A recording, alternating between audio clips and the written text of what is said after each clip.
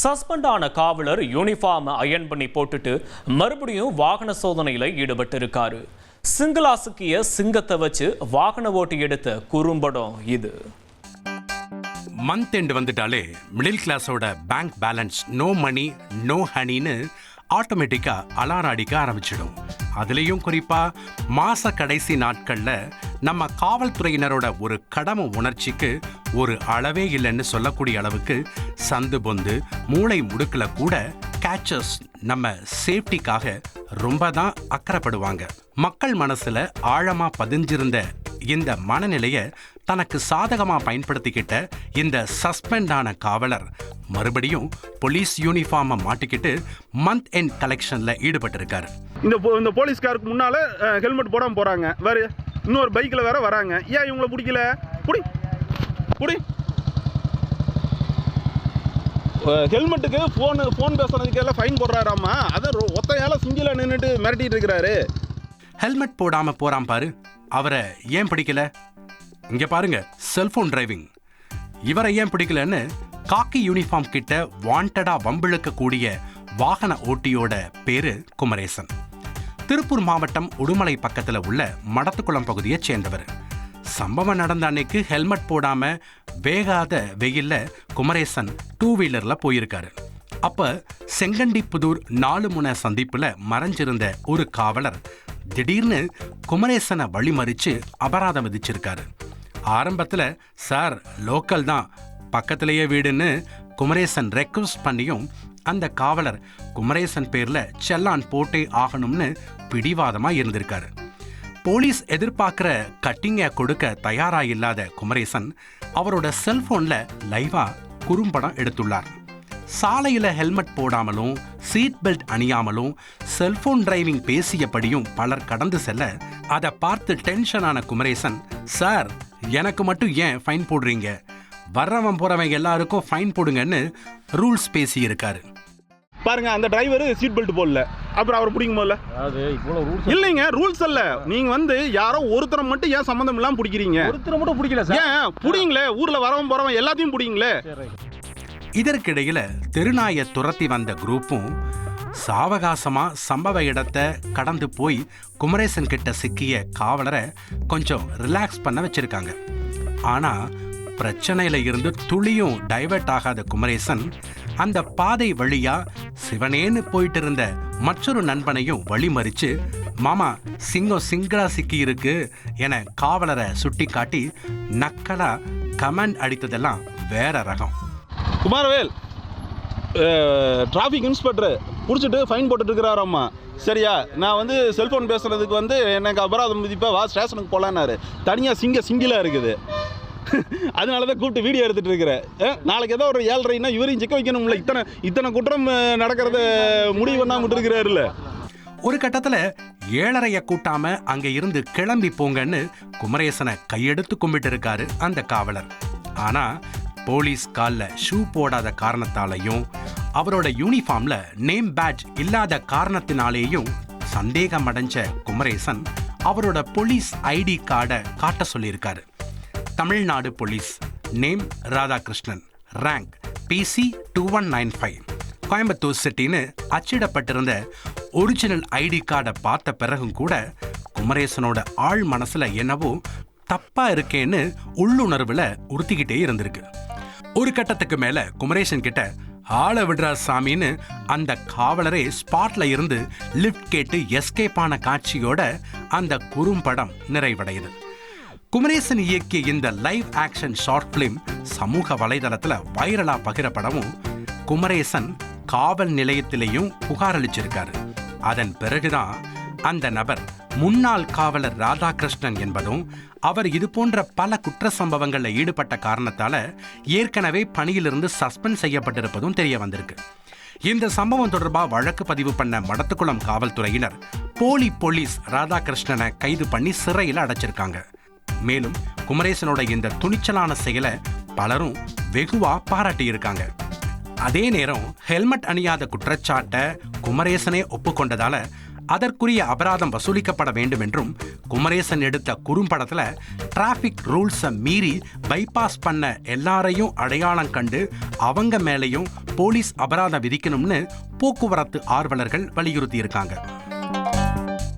ஊர் முக்கியஸ்தரா இருந்த கிராம தலைவர் கொலை செய்யப்பட்ட வழக்கில் திடீர் திருப்பமா தலைவரோட மகனையே போலீசார் கைது பண்ணியிருக்காங்க. சொத்து பிரச்சனையில் மகன் தந்தை காற்றிய பயங்கரம் இது.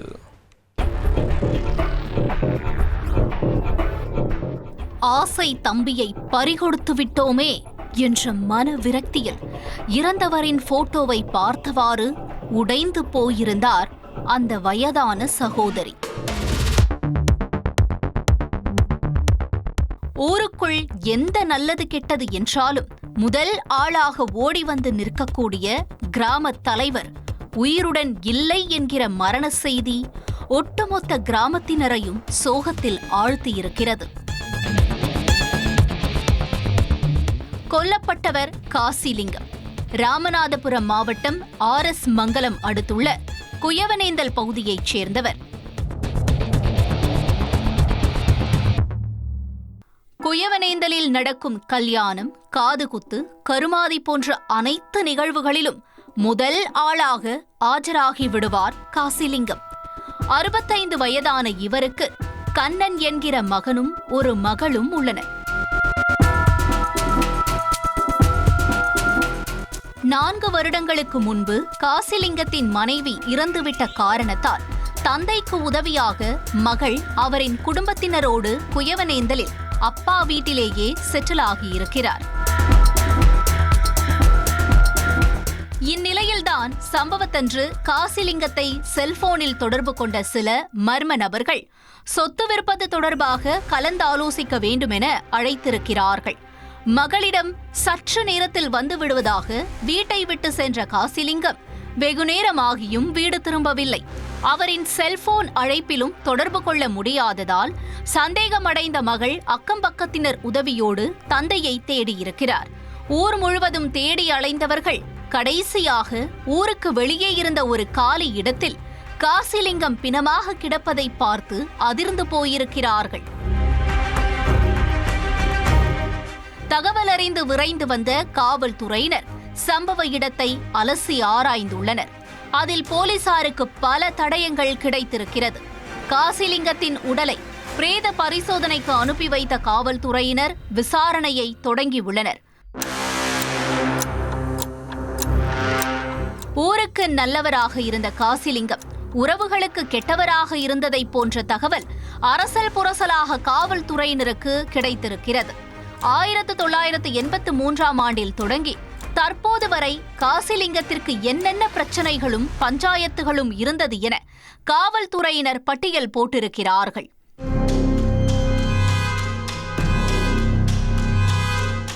ஊர்க்காரர்கள் ரகசியமாக பல அனுமானங்களை தெரிவித்தாலும் போலீசாருக்கு அதெல்லாம் கொலை செய்யும் அளவிற்கான பகையாக தெரியவில்லை. இந்நிலையில் காசிலிங்கத்தை கடைசியாக செல்போனில் தொடர்பு கொண்டு பேசியவரை போலீஸ் சுற்றி வளைத்திருக்கிறார்கள். அவரிடம் மேற்கொண்ட விசாரணையில்தான் பெற்ற மகனே தந்தைக்கு ஸ்கெட்ச் போட்டு தீர்த்து கட்டி இருப்பது தெரிய வந்துள்ளது. காசிலிங்கத்திற்கும் அவரது மகன் கண்ணனுக்கும் கடந்த சில வருடங்களாகவே சரியான பேச்சுவார்த்தை இல்லை என சொல்லப்படுகிறது. இந்நிலையில் காசிலிங்கம் அவர் பெயரில் இருந்த ஒரு சொத்தை விற்று அந்த பணத்தை மகள் குடும்பத்தினருக்கு கொடுத்துள்ளார்.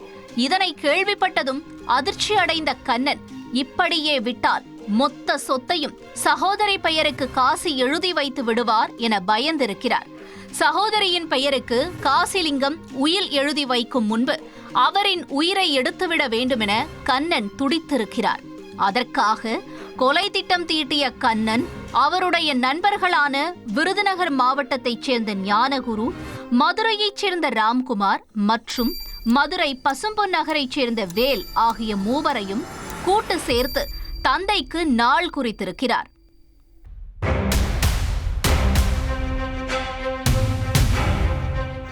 அவர்களின் திட்டப்படி சம்பவம் நடந்த அன்று இடம் விற்பது தொடர்பாக பேச வேண்டுமென காசிலிங்கத்தை ஊருக்கு வெளியே உள்ள காலி இடத்திற்கு வரவழைத்துள்ளனர். மகனின் சூழ்ச்சியை அறியாமல் சென்ற காசிலிங்கத்தை 4 பேரும் சுற்றி வளைத்து அடித்திருக்கிறார்கள். இத்தனை நாளாக மனதிற்குள் மறைத்து வைத்திருந்த மொத்த வெறியையும் கண்ணன் காசிலிங்கத்தின் மீது வெளிக்காட்டியுள்ளார். என்னை காப்பாற்றுங்கள் என கத்தி கூச்சலிட்ட காசிலிங்கத்தின் தொண்டையில் கத்தியை இறக்கி கதையை முடித்திருப்பது விசாரணையில் தெரிய வந்திருக்கிறது. கொலையாளிகளிடமிருந்து வாக்குமூலத்தை பெற்றுக்கொண்ட போலீசார் கண்ணன் மற்றும் அவரின் கூட்டாளிகள் 3 பேரை கைது செய்து நீதிமன்றத்தில் ஆஜர்படுத்தி சிறையில் அடைத்துள்ளனர்.